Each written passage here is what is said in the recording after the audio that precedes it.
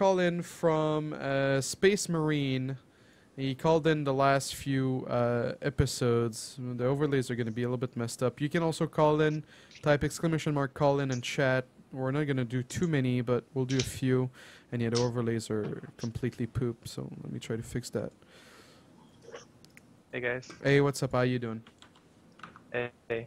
This is not really a question. It's more about I want to hear your opinion on this. Last week we were also talking about foreigners get a lot more practice when there's Koreans in Europe and NA, and it will help us to improve, to grow as players as well. And there was a lot of discussion about, okay, now we need more Koreans because we want to get better. But when I look at the Team Liquid, I can link you guys to in the Skype call. If you click on this link, you can see from 2013, the beginning of Heart of the Storm, there have not been a single foreigner winning a Premier League tournament except for Lilbo. So when people say foreigners improve because there's so many Koreans here, I don't really see them improve because they, of course, they get better, but they never get a chance to show it. So I don't really see them improve in that way because improvement will usually say you got better, you get better results, you have better games. But when I watch a tournament, I don't really see people improve. So how do you feel about the discussion we have had for like 5 years when that Koreans makes foreigners improve? I think it's like it is true to some extent. Like if you have, like we had, I don't know what year it was, but when First and that guy like Duck or whatever, when those like during that year, when fucking Nuke, Yeah, 2013. Korean Protoss won every single WCS season, like that year was fucking depressing as fuck. But then you had guys like Harstem or Snoot, like they liked that because they were actually practicing with those Koreans. I wasn't. So they said they were getting better and getting stuff out of it. So they would be telling you a different story. But in my opinion, it's gonna up the skill level maybe a little bit. But then you also gotta think of the other factors, which was what Nathanias was talking about. Like if you kill the competition, then you also kill the motivation for the players to actually practice. So for what happened for me during that year is that I got less motivated, even though maybe our skill level is slightly higher if we get to play against the Koreans. So maybe Hearthstone gets better, Snooter gets better because they play against the Koreans, and they have very high motivation. Like for me, like not at the top, I got less motivated. So I think it's very arguable to say that just because you have a couple of Koreans over here in Europe that everybody's going to get better, because that's not true. And it's not like these guys who sit and ladder all day long. Someone like Polt, I've heard, is like not laddering on any server. And I'm sure many of those Koreans, while they were in the WCS system, they were probably just custom gaming a whole lot.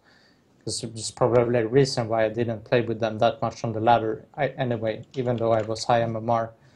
And stuff like that. There are some factors to this. I'm on the side that I actually don't think that year helped us overall become better at the game.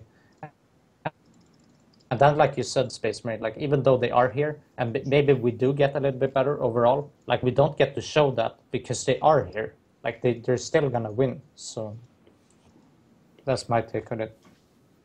Bills, do you have an answer to that?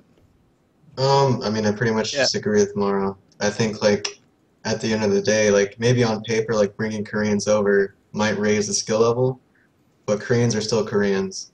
And, like, they also made, like, Bomber or whatever play, like, 200 NA games on ladder. That doesn't do anything for the region. They just go back to playing like Korea or whatever they were doing before. So if they're going to bring them over to different regions, they actually should force them to play, like, entirely on that server or something to benefit the entire server, not just a select few of people like Hearthstone or Snood, or they just need to change something so that the entire server is benefited from Koreans, not just the top, I guess, or a select few. Space Marine, do you have a follow-up question? Because it sounded like you wanted to say something. Oh yeah, but we haven't heard Nathaniel. I don't know if you want to comment on that. No, I mean it kind of falls in line with what I said before. I think that if you want people that aren't at the top of the foreign tier to want to be motivated to reach that point, you need to have them compete against each other and want to get better than each other, and then eventually they'll reach that next point. And I don't think getting non-stop shit on by Koreans is going to magically make people better, except in a miracle case. All right, Deso, are you looking at the link I sent you? Yeah, I looked at it. They haven't. You were right. I mean, besides Bunny winning a 12-player tournament. Yeah. So I was also when I looked at this, I also thought, holy shit, Fordas is actually gonna die in Legacy of the Void, because I don't know if you guys feel that Legacy of the Void is actually way harder. It's not because it's new. It is. You require more. You gotta play quickly. You gotta have more hotkeys. There's more abilities. So I feel like the Legacy of the Void is, of course, way harder than Heart of the Swarm. So I'm kind of thinking, okay, I think there was 76 tournaments. In 76 tournaments, one foreigner have won, except for Sen, but that shouldn't be a premier tournament.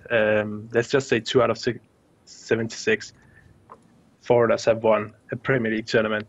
Does that mean that since the game is harder, is foreigners really gonna do it in Legacy of the Void? Because the game is of course harder, so Koreans should get a bigger chance of winning, right? Yeah, but I think in the beginning we're gonna see the opposite. The foreigners are gonna have more of a chance, and this is because the game is new. So even though the game is harder, it's more gonna be about figuring out like real abusive strategies, and it just adds a bit of element of randomness, and that's gonna increase our chances as underdogs.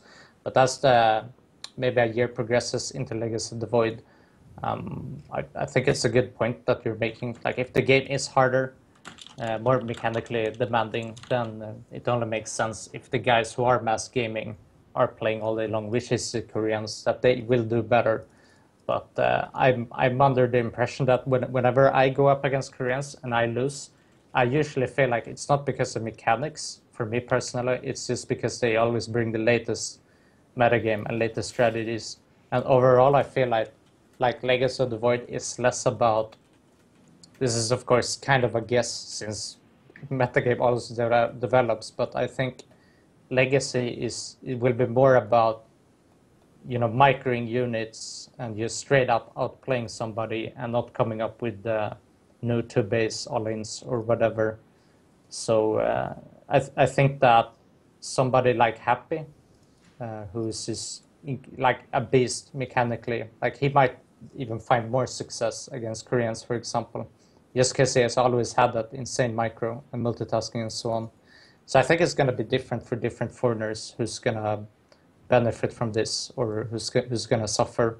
Overall, it's hard to say, but if my theory is wrong about the game being more about mechanics and less about strategy, then of course, like Koreans are they're just going to win more. So. Okay. What about you, Nathanius? Do you think the game's harder than Heart of the Swarm? I think so. Just I thought it was a lot to a much greater degree when they had the original economy and whatnot in, because you kind of start the game in panic mode trying to move around very quickly.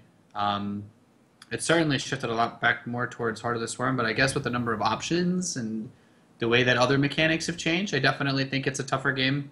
I kind of agree with Maro in the sense that like we saw in the beginnings of the other expansions, was that just the game is just a lot more hectic. There's not a 100% set meta, so you'll have some crazy bastard pull something out like 5-Rex Reaper and just win the first tournament. No one will see that shit coming. So maybe something like that happens. I doubt it ever would, but that's like the kind of thing that pushes that. But I still feel that in the long run, having the game be that difficult, if you still have an environment that kind of shits on growing the middle class of StarCraft players as far as skill goes, they're just going to fall off even worse than they already did in Heart of the Swarm or Wings of Liberty. Yeah, because that's like the biggest thing to grow a game, right? Is to be able to sustain like the up and comers, so that there's more players that come into the scene and that challenge the top dogs, and so it's worked for Europe. Snoot, Snoot, Lilbo, Marine Lord. It worked for them. Drogo. But yeah, thank you so much, Space Marine, for calling in. Thanks for answering. Yeah, maybe we see you next week. Take care.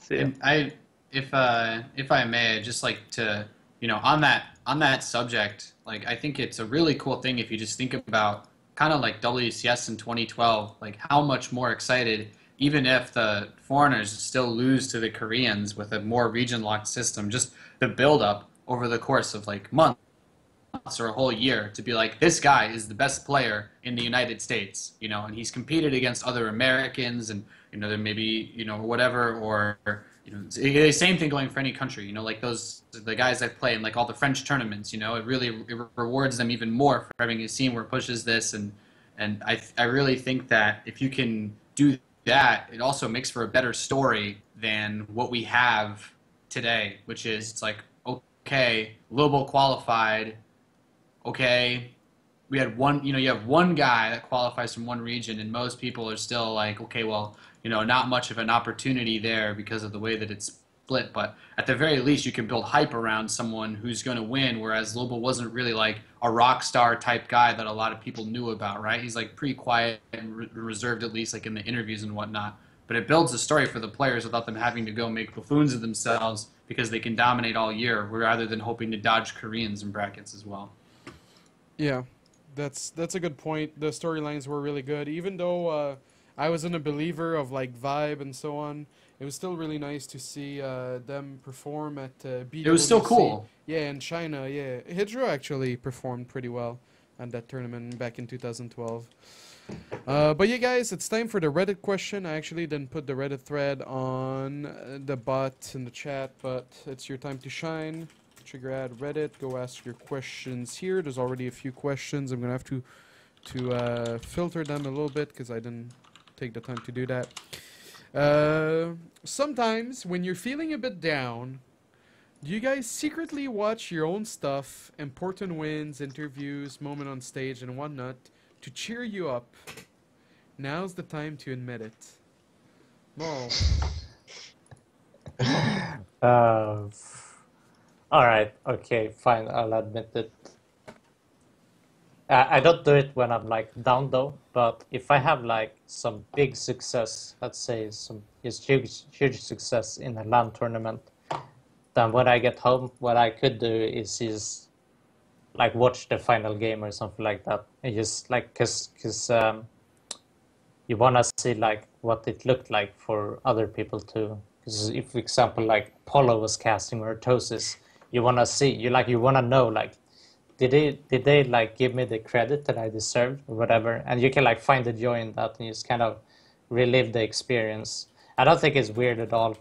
I think that's pretty normal for people to do that, like recording a marriage proposal and then you look it up, or like when your baby was born, you save the video and look it up. And you just kind of just remember the time, because you should cherish them, the highlights of your career. So Moro, big important question here. Blonde or brunette? Oh, blonde, for sure. Alright, the picture makes sense now. What about you, Bales? Have you ever looked at one of your replays after a big win? I mean, just this weekend after I won the small tournament I went to, I just looked at the VOD to see the final game or whatever.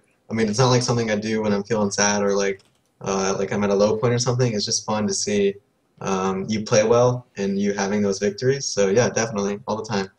Yeah, that's good. What about you, Nathanius? Well, I don't have any big victories. I don't know. I guess, yeah. Yo, taking down Xeno Cider with a Thor cheese was pretty good, right? I enjoyed the series. Yeah, but I like cheesed, I don't see much honor in that personally because I didn't win money from it. But I enjoyed my match. I've watched the VODs of the map the series I had against Hitman in the Ender's Game tournament, just because it was like a really fun series to play, and my show match against Destiny I watched over a few times because it was just like it felt like it was a really good series when I played it. Makes me you feel won? like I haven't wasted. Yeah, makes me feel like I haven't wasted all my time trying to get decent at StarCraft. You know, this last 12 months, I think I actually made $145 in Damn. tournament prize winnings That's in pretty good. StarCraft 2. Yeah. So, I don't know. I don't really have much to brag about. I don't fap to my replays, you know. I've done it as well, to tuning into a VOD and just seeing like the epic moment when you win and you're like, oh my god, it's cool. But doing it like when you're sad and being nostalgic and stuff, that's depressing, man. No one does that. Let's be real. All right. This row asks you in chat, why are you a piece of shit and you banned me? All right. Whoops. All right. Correct. DreamHack winter question. How do you guys feel about the way Europe is separated into regions? Southern Europe doesn't have any notable players, but France and Germany share a qualifier. Would you prefer to just have Europe qualifiers open to all Europeans? Southern Europe is Andorra? What the fuck is that? Gibraltar? Portugal, Spain, San Marino, Greece, Cyprus, Malta, and Italy. Well, I guess as an uneducated American, I've learned about 4 new countries there, but... You guys knew those countries, Moro? No, fuck it. I don't fucking. I know Italy. I can't think of any player on top of my head who's from there. But you know, I suck at geography, so. Okay. No, man, this is actually a great opportunity for Lucifer to just come back and just win this. There's like, is anybody else here? Isn't there some? I feel like there's like some half decent Spanish protas that I'm forgetting the name of. Yeah, Majestic? Majestic. No, I think Psionic is French. Yeah, Psionic is I think French. Majestic. I think it's Majestic. Majestic's from Spain. So, I mean, congratulations, Majestic, for qualifying to DreamHack Winter, I guess. I don't know. Yeah, that's dumb. Yeah, but yeah, so what do you guys think of like Germany and France having a qualifier and then this region just... I guess maybe they've done it because of DreamHack Valencia. So like it's sort of like, you know, the Valencia is a decent StarCraft crowd, so they want to give them like their own qualifier. Maybe? Yes? Okay, we'll settle on that. Alright. Can we just give a nod to that though? That as weird as it sounds and as jaded as maybe the people from like the Northern Europe qualifier are gonna feel, like we are gonna have someone who shows up there and the discussion is gonna be, okay, this is like the best guy between basically like Spain and Italy in the qualifiers, you know? Mm-hmm. Or what if, you know, it's like, because it's gonna be a new game. What if some crazy bastard who like somehow has internet, you know, and like Gibraltar or whatever is gonna be like, all right, I'm ready to fuck shit up, you know? So it's, you know, this is an opportunity for some guy that would probably never make it out of one of the qualifiers that have all the, you know, the German or Dutch players. So Yeah, makes sense. I think it's okay. Alright, let's see. Bales, how does it feel to be the first USA player on Eligilak? From I'm Moose actually- Gills. Yeah, I'm actually second now because Need is ahead of me. I was gonna be first. It was usually like me and QXC going back and forth between first, but after Need played those like 2 Legacy of the Void tournaments, he's like a couple 100 points ahead of me, so it's kind of disappointing. I thought I'd be first, but no. I would just like to say that I donated Aligulac points. This is true. Or excuse me, to Bales in the WCS qualifiers several times this year. A couple times. A big shout out to Nathanius for his generous donation. Is there a way to disable autocast in an effective way for Cyclones? I know you can hit Alt plus ability, but it's always weird because in mixed group, the units with autocast turned off will always be the active units. That means if you box all Cyclones, you would have to hit Alt plus ability twice. Together with the hard to see visual indicator This caused a lot of errors in my games. From ETS Airy. Anyone? No, that's the best way. To just I'm- edit I'm- twice and That's all you Yeah, can do. exactly. Yeah. The way the game works, you know. okay, interesting. know. I I guess agree they'd with have him. to make I some- wish it would be easier. All right, let me see. Why are a bunch of Koreans planning to leave Korea and join the WCS when we don't even know what WCS 2016 entails? For example, possible hard region lock. I assume that either they're just making really ignorant, huge life choices, or they are friends with someone who's told them something that we don't know. Like, I honestly don't know, but some players had difficulty with it, like last year. But I'm really hoping that it's not the latter. I'd really like to think that DRG just thinks it's going to be the same next year, because if he already knew that he could actually do it, I'd be pretty depressed. But the way that he worded like his tweet, like foreign team, please contact me. I don't think he really knows much, so this could be like just a bad life choice. Okay. Second part, is it really smart for these Koreans players to make their intentions clear on joining WCS, considering the uncertainty of the new system? Or is the situation for StarCraft 2 for Korean really that bad in Korea, which requires this switch? I think it's safe to say that the situation in Korea is quite good, with 2 tournaments, Pro League. It's only gotten better in Korea. Yeah. I don't know. Just better. Maybe the players got better. I don't know. They want to be the whiny foreigners this time, I guess. Because more teams have salaries now than in the times of GOM TV, right? Because every Kespa team pays their players. I have no idea how that works. It's just like the worst player on the Kespa team gets 20K average a year. So when your board is paid, that's nice. That's nice pocket change, man. All right, let's see.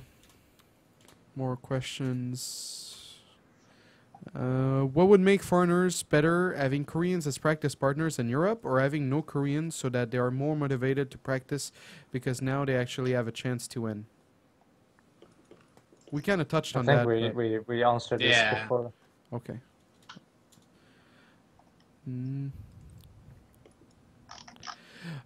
Question to all: a beta like this with so many changes and also without top Koreans, does it make sense for you to not have the top Koreans play in the beta and have the beta go this way? I don't understand the question. Wait, what? So like the Koreans aren't playing the beta, right? Does it make sense to do so many changes when the top players aren't playing the game?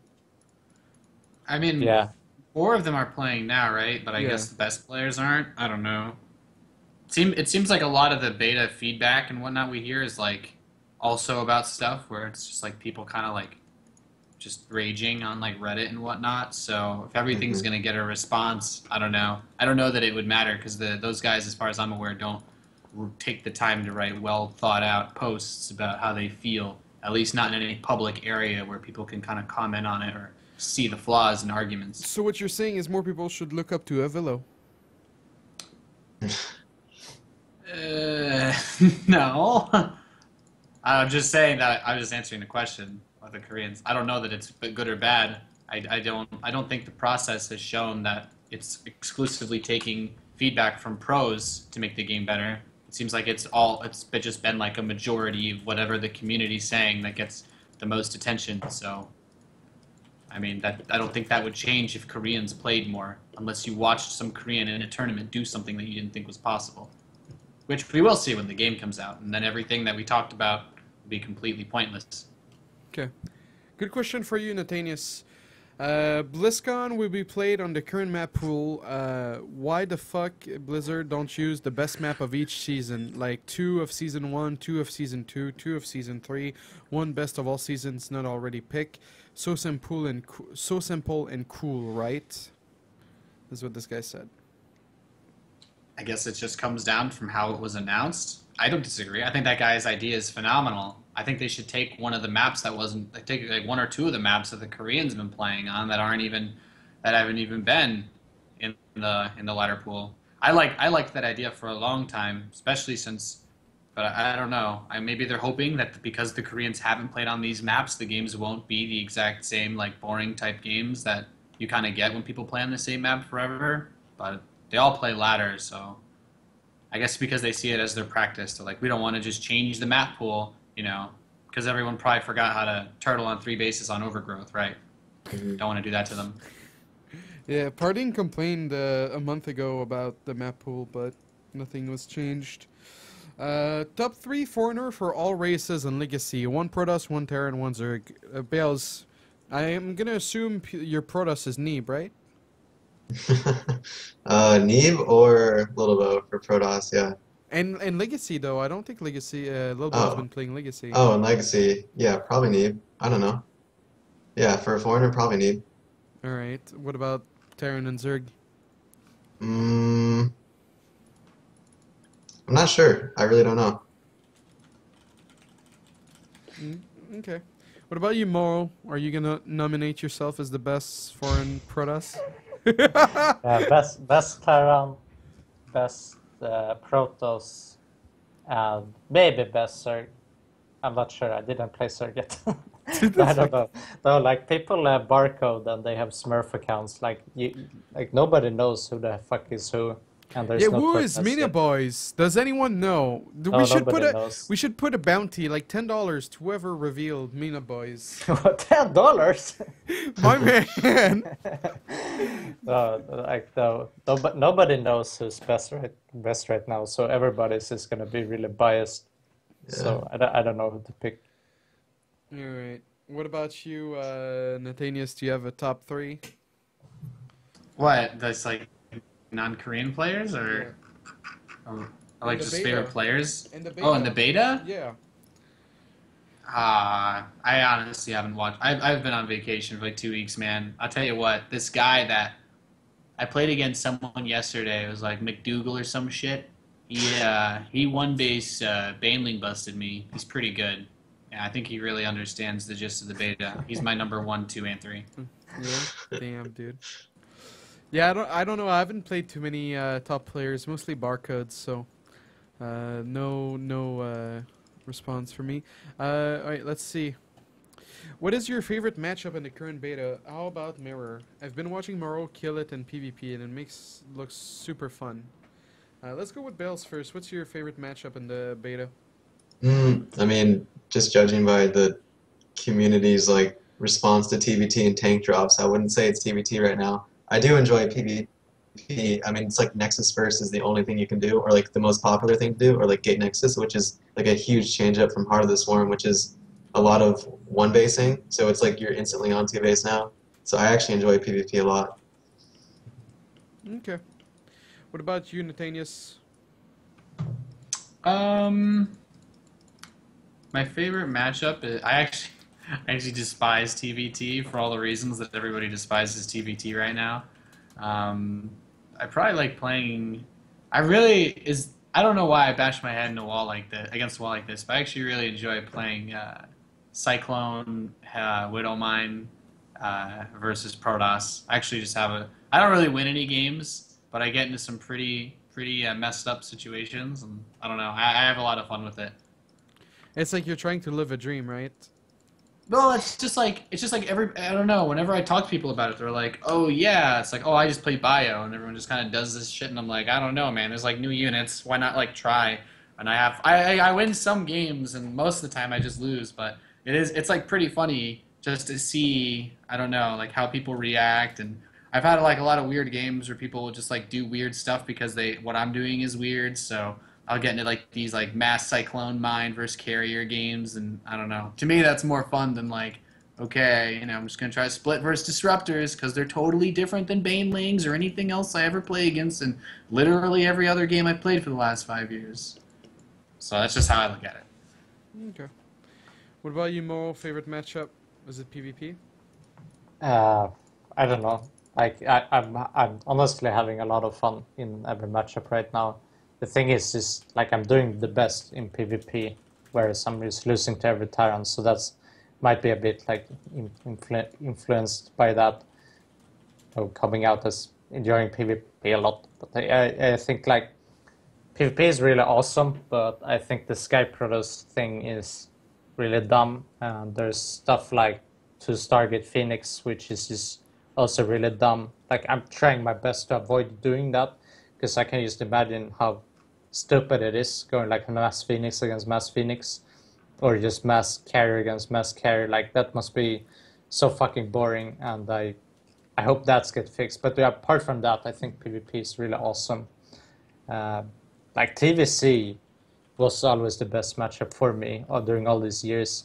It didn't really change too much, but I mean we gotta remember like this matchup is still like really fucking awesome. It's just that it's not really new. It kind of plays out the same way, so it's not really new and exciting. That's why it's not as fun for me.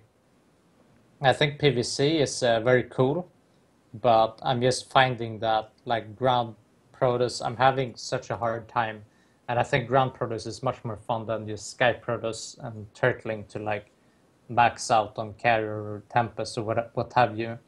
So the games are not playing out that much fun in PvC. But I think with just a couple of changes, like, in a couple of patches, I think every matchup could potentially be like incredible.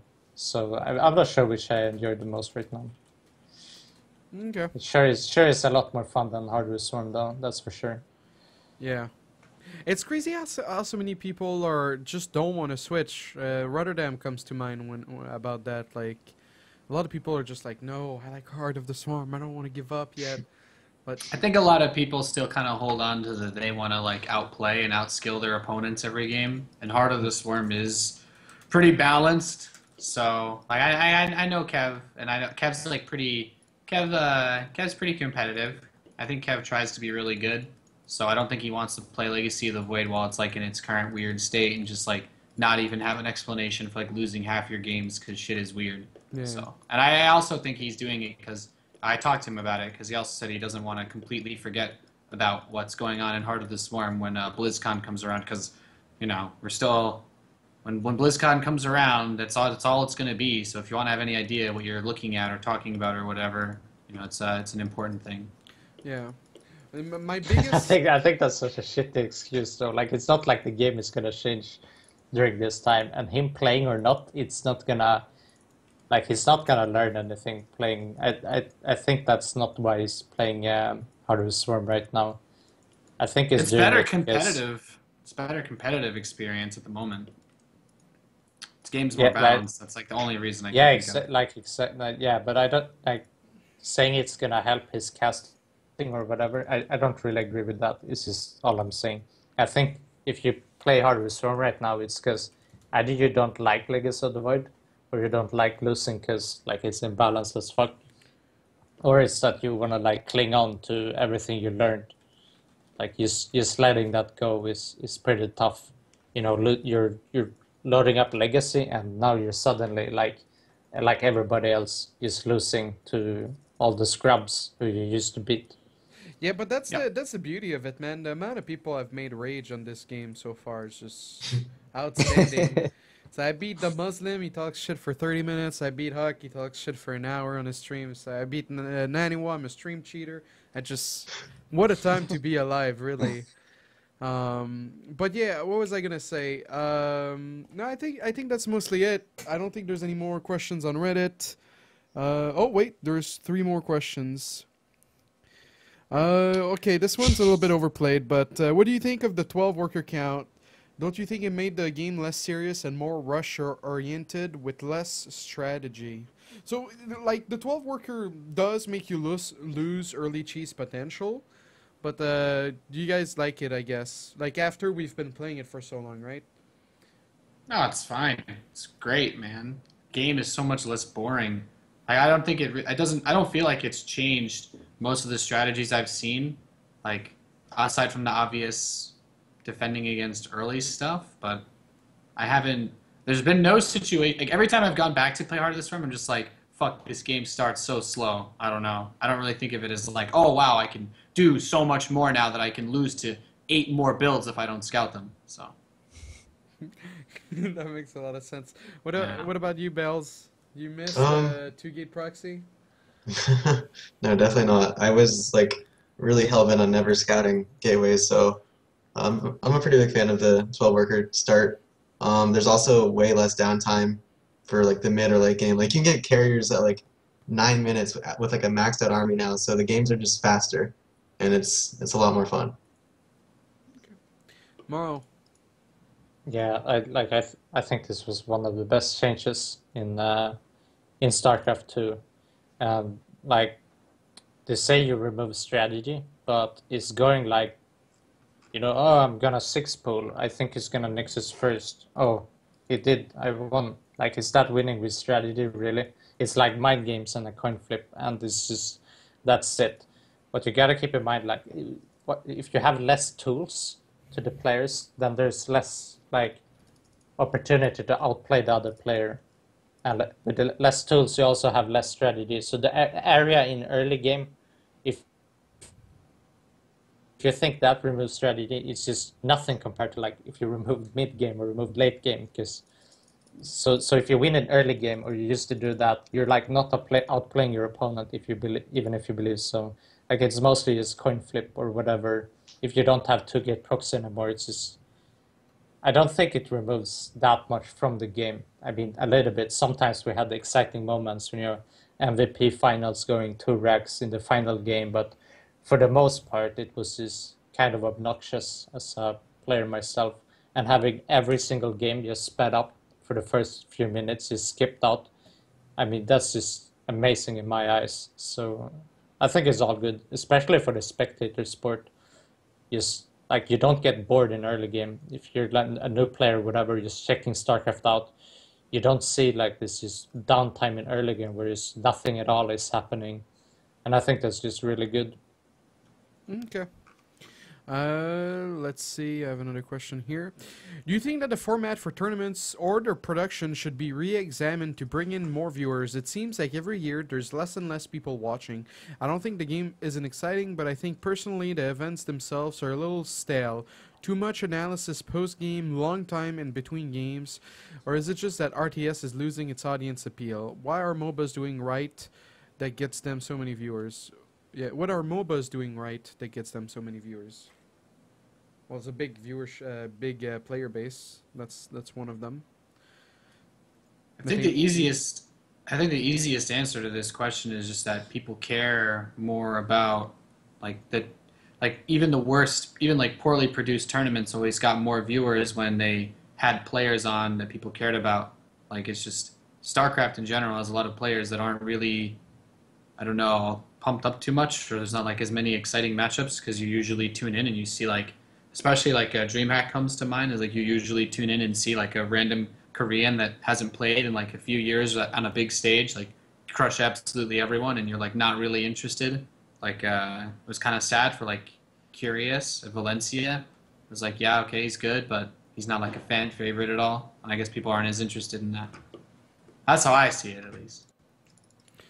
Yeah. What about you, Bells? Do you like to watch tournaments, or you mostly watch VODs? I definitely like to watch tournaments more. I only watch VODs if it's to like study how the Protoss players are doing in the meta, but yeah, I'll usually just watch tournaments live, not like look back at it. Okay. Mo, any thoughts? Yeah, I mean, we talked about this so many times on Remax. It's just like so many like Factors. tournaments are just, they feel exactly the same. Like Yeah. DreamHack, it's just like you don't have the best players because it's just the Koreans who decide to go there. They're the ones who are really competing, and the foreigners are just kind of dying out.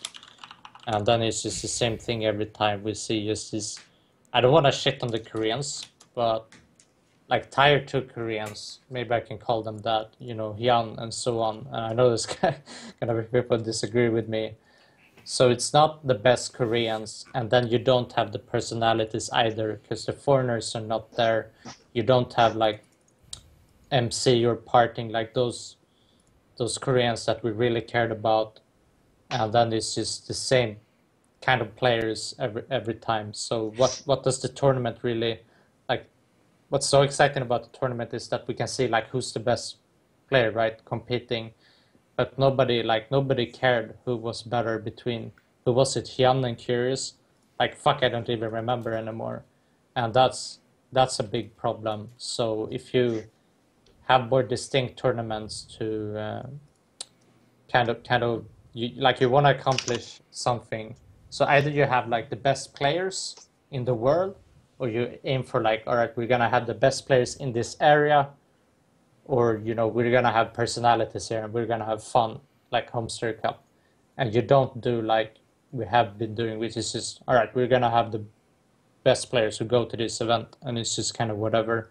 And I think that's a big issue. That's something I feel myself when I watch tournaments for the past few years. That it's all feels the same to me. Like as a viewer, I don't care if it's IEM or DreamHack. It doesn't matter to me. What matters to me are the players.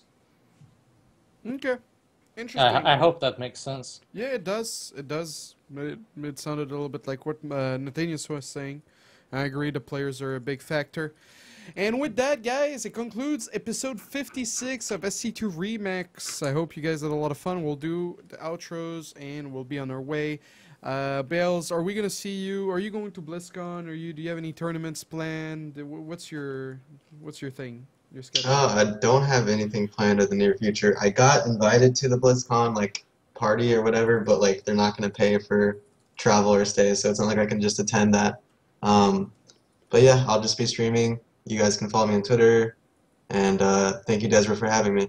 Yeah, no problem, man. Yeah, check out his stream, guys. He's pretty good at the game, or so I've heard when he beat me. What about you, Morrow? What are you up to next? Just the usual boring, streaming daily at Twitch TV/Morrow. Still doing Protoss. Is the Playing potato Protoss starting to just smell? for fun. Potato ripped. And you had to put it in the garbage? Yep, I just threw him in the garbage. No ceremony, no funeral? no funeral, no nothing. Just How could you do that? we did a straw poll, and the straw poll said kill him, and that's what I did. Didn't even do it during stream. So rip. Is there gonna be a second one? I don't think so. No. Maybe, probably not. Morrow, you're so funny. We'll probably do something else, like I don't know, like a carrot or something. Probably not a you potato. have to do a fucking salad, just like carrot. Next is an onion, and then. Nathaniel, thank you so much for coming on. What are you up to next? Oh, just back from Euro trip. I was gone for like almost 3.5 weeks, so I'm gonna be streaming. I was streaming yesterday. You follow me on Twitter at NathaniusTV. And thanks to my sponsors, chairs4gaming.com. They sell great chairs, you know it, Desi. And Quest Nutrition. That's the dream. All right. Thank you again, guys, for watching. The VOD will be up later tonight. Have a good week. Take care.